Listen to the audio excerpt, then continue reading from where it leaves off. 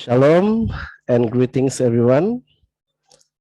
Brethren, it's nice to meet you again on this video after some time.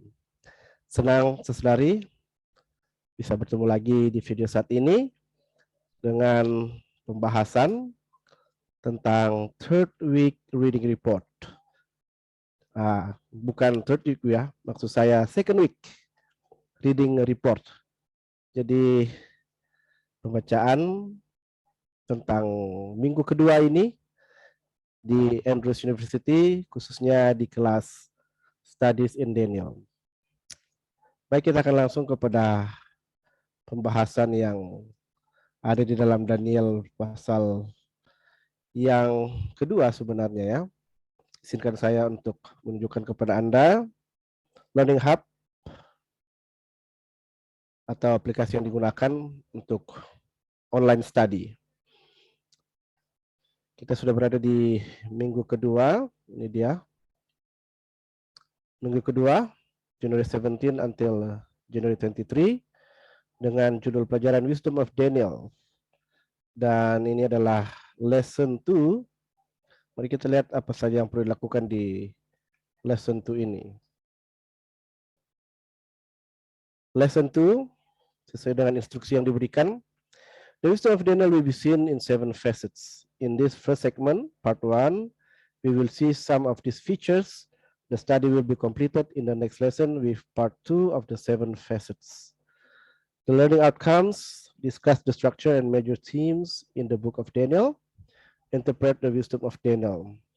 And here's the reading part. Ini jadi inilah bagian di mana kita harus bikin reading report for 2 credit students. Jadi untuk mahasiswa yang mengambil 2 kredit, yang harus dibaca adalah Secret of Daniel, chapter 3, page 44 until 59, and also chapter 6, page 88 until 99. Hebrew text ini dibaca aja tapi tidak dilaporkan. Jadi karena saya mengambil hanya yang di 2 kredit, mata pelajaran 2 kredit, sedangkan yang 3 kredit ini adalah untuk mahasiswa doktoral. Jadi assignments-nya online interaction. Sebagaimana biasa kami ada pertemuan Zoom online setiap hari Kamis. Kalau waktu Indonesia itu jam 4.30 pagi. Dan juga ada reading report yang di sini dia berikan petunjuk. For each of the above reading items you are expected to first note 2 insights or pieces of information that struck you, surprised you, and or inspired you. Second, write first question on what intrigued you, you disagree with, or needs clarification. Dan di sini dia memberikan notes for the reading report. All reading reports for the week are to be combined into one document. The combined length of all items for this week should not exceed 1 single space page. The reading of the Hebrew text is never reported. Nah, jadi kalau mau disubmit, nanti saya tunjukkan modelnya kira-kira seperti ini. Kalau tugasnya mau disubmit ya. Oke, by the way sebelum kita lihat tugasnya disubmit, nah ini bagusnya di opsi My Courses ini dikasih tunjuk yang lagi in progress, ini yang sementara saya ambil. Dan ada lagi opsi yang bagus di sini, di bagian ini, di bagian nama saya, ada anak panah ke bawah, ada dashboard, view profile, grades, preferences, calendar, logout. Dan khusus untuk kelas ini kita buka dulu kelasnya. Kelas Daniel ini berlaku untuk semua kelas sebenarnya. Di sini kita bisa lihat discourse. Nah, sekarang berubah ya. Di discourse ini muncul dia punya week semuanya. Sectionnya jadi ada 16 minggu total. Kemudian participants. Nah, di bagian participants ini kita bisa buka berapa orang yang ikut di dalam kelas ini. Atau ya bahasa singkatnya yang ambil kelas ini. Participants, how much? Participants-nya kita lihat. Oke, jadi di sini sampai saya kurang tahu berapa orang semuanya ini. Oke, jadi ada 2. Jadi ada tambahannya. Kita lihat di yang pertama. Contreras Johnny, di sini dia tunjuk roles-nya sebagai student groups, dan ada yang spesial. Nah, ini bagian teacher, ini menunjukkan gurunya atau dosennya siapa. Gregor Paul, teacher, no groups. Dan yang lain itu semua adalah mahasiswa. Dan ini adalah our lecturing professor in this class. Professor Alexej Muran, he's the teacher. And the others were students. Oke, jadi itu untuk tahu partisipan di kelas ini. Kita kembali ke second week. Nah, cara untuk submit ya. Submit course. Maksud saya submit kalau ada tugas. Jadi ini sangat simpel ya. Kita menggunakan yang namanya Turnitin. Jadi ini saya sudah submit tugas saya pada tanggal 18 Januari yang lalu. Jadi caranya klik saja ini di bawah bagian assignment sini di reading report 2 akan muncul seperti ini. Ya, singkat ini dia punya instruksi yang harus dilakukan. Dan ini submitnya sudah disubmit. Kalau belum disubmit, dia akan ada pilihan di bawah sini. Oke, saya kasih contoh ya. Kasih contoh yang tugas yang belum saya submit. Oke, tugas yang belum saya submit itu ada di week 5 ya. Week 5. Ini contoh. Jadi ini karena belum saya submit, dia akan berikan notifikasi not submitted dan kapan berakhir. Jadi dia ada deadline ya. Deadline-nya due February 14, 2022. Jadi kalau mau submit tinggal klik ini. Dan akan muncul seperti ini, reading report 5 with all the instructions. Dan kemudian ini dia add submission. Dan dia kasih tahu di sini belum ada attempt, belum diberikan grade, dan dia punya due date Monday February 14, 2022, bahkan jamnya dikasih tahu 11:59 AM. Jadi masih ada 7 hari 1 jam waktunya. Dan kalau mau disubmit, maka kita akan pilih add submission. Setelah add submission, dia akan munculkan seperti ini. Ya, jadi ini masih sama dengan yang tadi di instruksinya. Jadi kita pilih file submission, pilih dari sini. Kalau ini masukkan folder, sedangkan yang kita masukkan hanya file, jadi pilih ini. Kemudian choose file. Dia akan buka file yang ada di komputer kita dan kita tinggal pilih yang mana. Karena saya belum buat, jadi saya belum submit ya. Ini hanya contoh saja. Nah, jadi pilih. Karena saya belum buat, jadi saya belum ada yang saya submit. Jadi saya cancel dulu. Oke. Jadi saya akan tutup Windows ini ya. Nah, kita kembali ke lesson 2, week 2. Dan ini ada video singkat. Saya hanya mau tunjukkan preview tentang materi dari Wisdom of Daniel yang diajarkan oleh Profesor Dukan.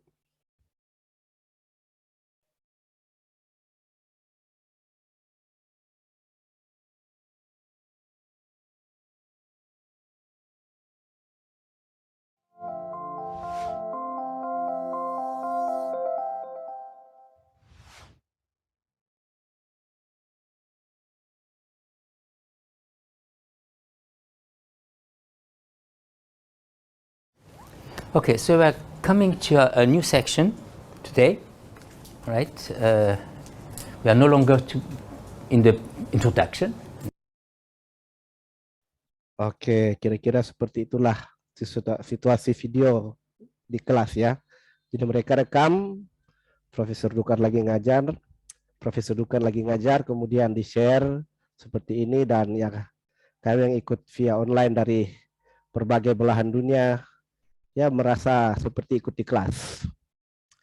Oke, kita kembali dan sesuai instruksinya tadi ya, kalau Anda perhatikan bahwa baca buku Secrets of Daniel chapter 3 page 44 and 59. Jadi saya sudah download ini bukunya Secrets of Daniel, dan biasanya mereka itu menyediakan juga untuk pembelian bukunya secara langsung, tapi saya ambil yang buku PDF file. Nah ini modelnya. Jadi setelah kita baca,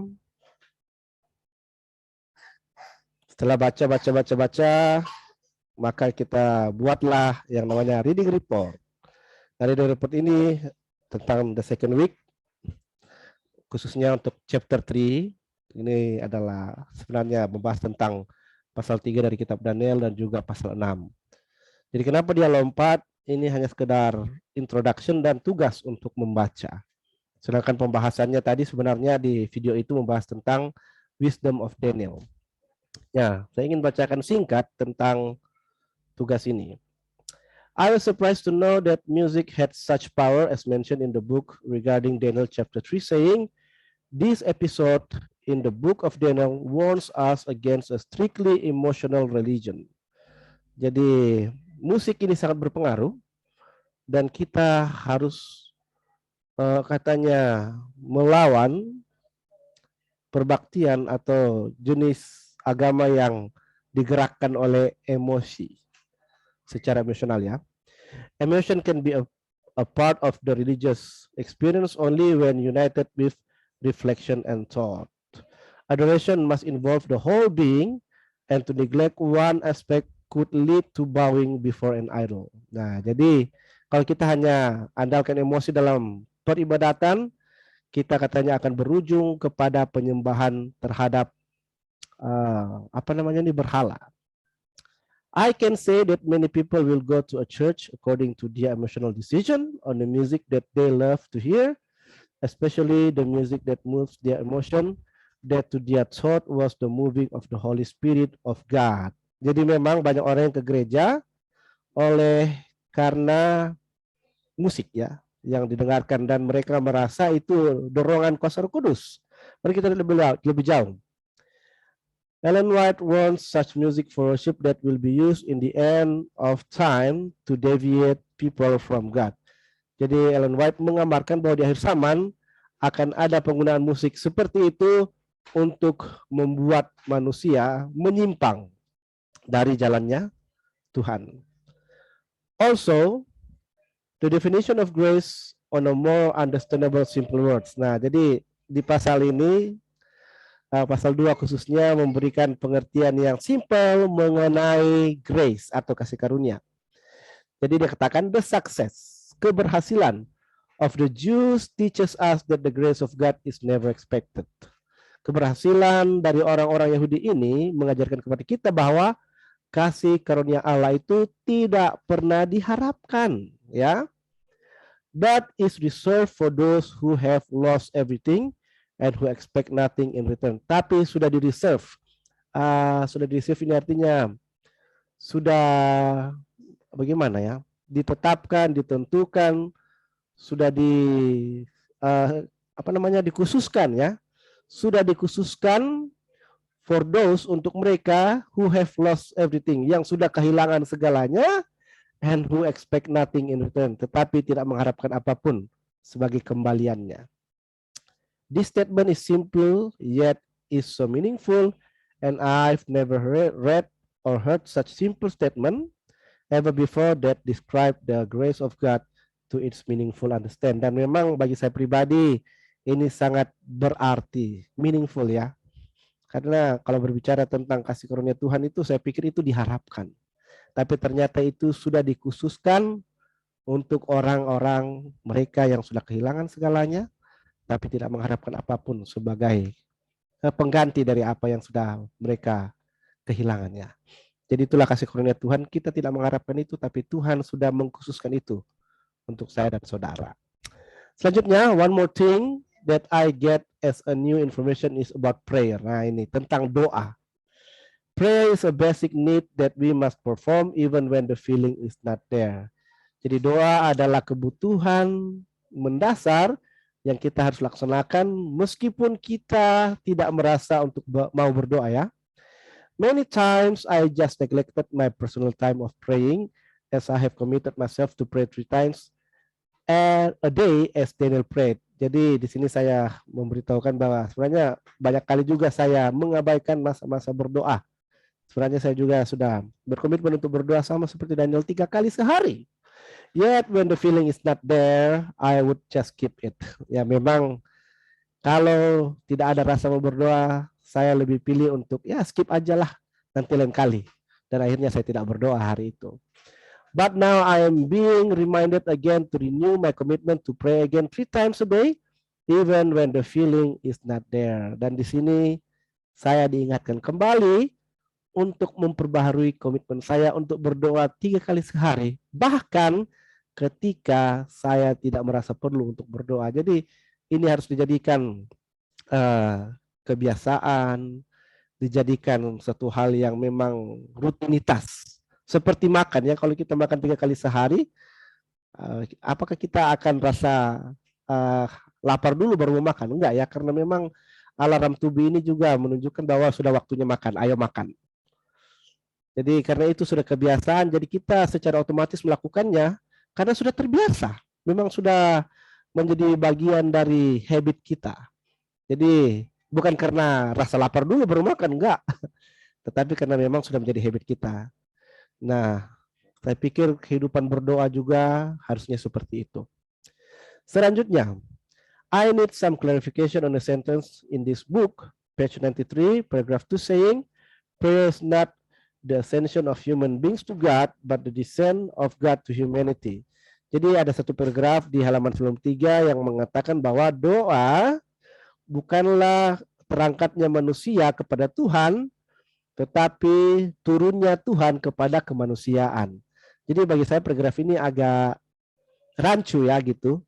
Kemudian ini saya bandingkan dengan tulisan Ellen White.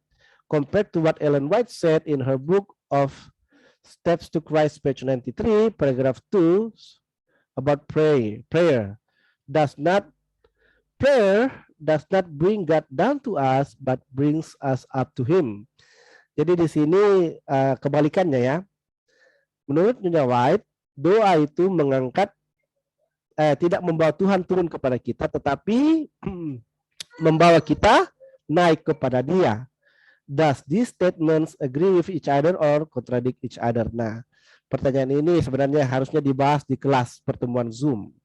Jadi nanti saya akan tanyakan lagi apakah ini kontradik atau sebenarnya saling mendukung satu sama lain. Nah, inilah reading report yang saya sudah submit waktu itu. Dan ada satu hal lagi yang saya mau bagikan tentang the structure of Daniel chapter 2. Structure of Daniel chapter 2, izinkan saya buka PowerPoint saya.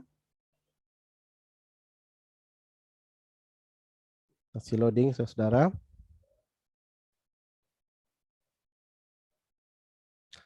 Okay. How likely are you to recommend PowerPoint to others? Yes, extremely likely. Submit aja dulu ini untuk memenuhi survei ya.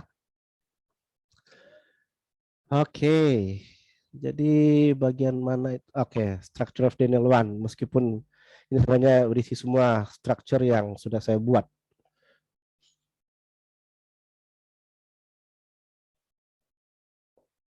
Open.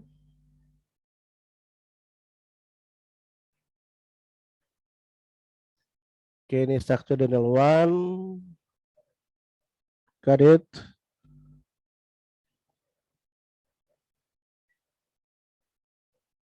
Oh, where is the structure that I have used before? File.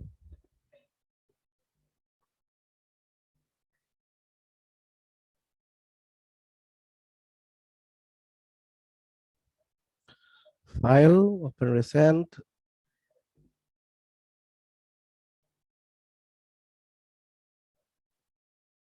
Okay, here it is.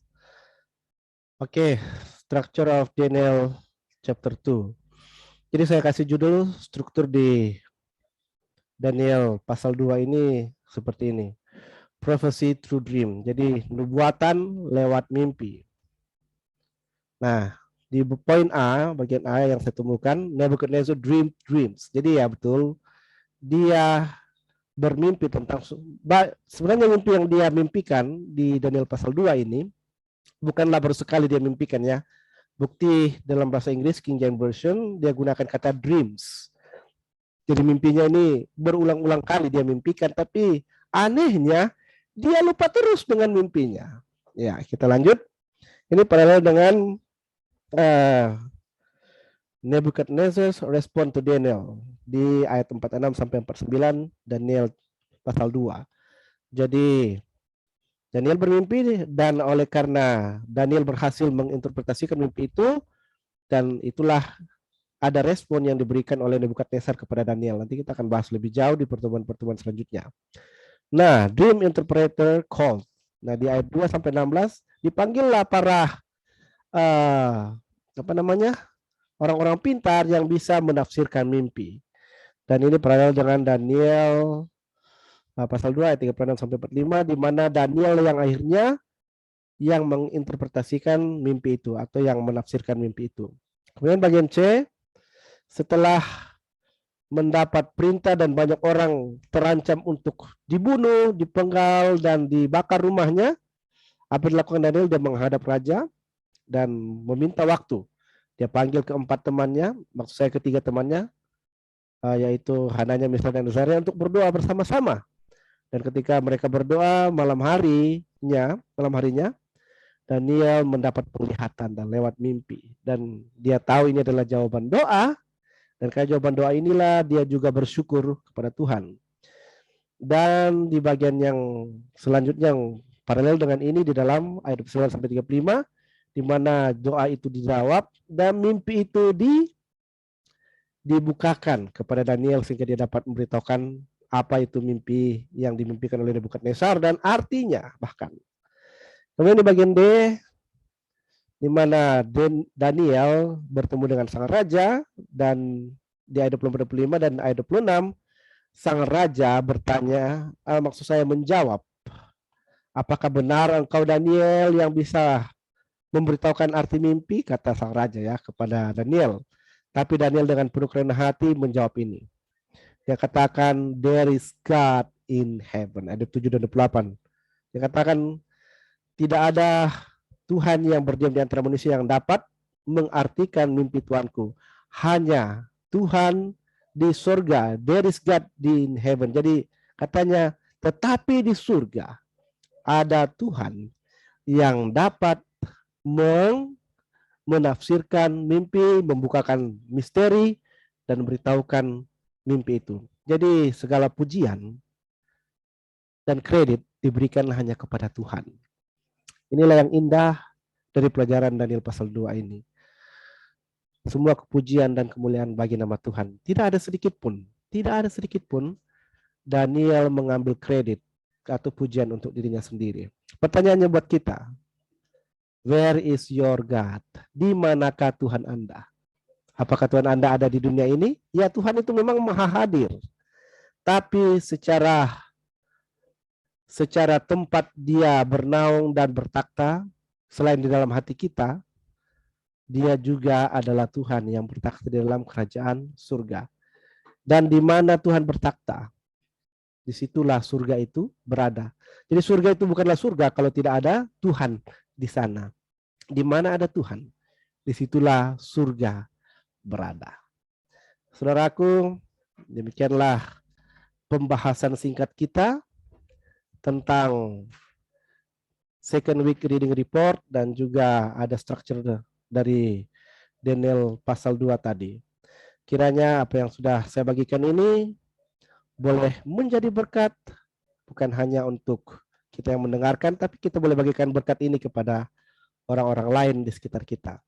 Bila saudara-saudari yang menyaksikan video ini punya pertanyaan, ya mungkin saya tidak sempat bahas di sini atau mengenai apa yang sudah saya sampaikan atau yang belum saya sampaikan, Anda bisa memaksimalkan kolom komen di bawah untuk bertanya. Apapun yang Anda ingin tanyakan, silakan. Akhir kata dari saya, stay blessed, stay healthy, and stay faithful. Tetaplah terberkati, tetaplah jaga kesehatan, dan tetaplah setia. Tuhan memberkati selalu.